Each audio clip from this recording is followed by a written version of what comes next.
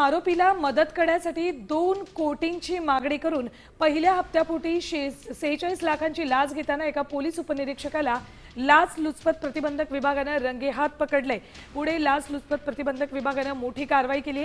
पिंपरी चिंचवड आयुक्तालयातील आर्थिक गुन्हे शाखेत कार्यरत असलेल्या प्रमोद रवींद्र चिंतामणी या पोलीस उपनिरीक्षकाला लाच घेताना रंगेहात अटक केली। 46 लाखांची लाच घेताना त्याला रंगेहात अटक केली। 2 कोटींची लाच त्याने मागितली होती, त्यापैकी 46 लाखांची लाच घेताना त्याला अटक केली।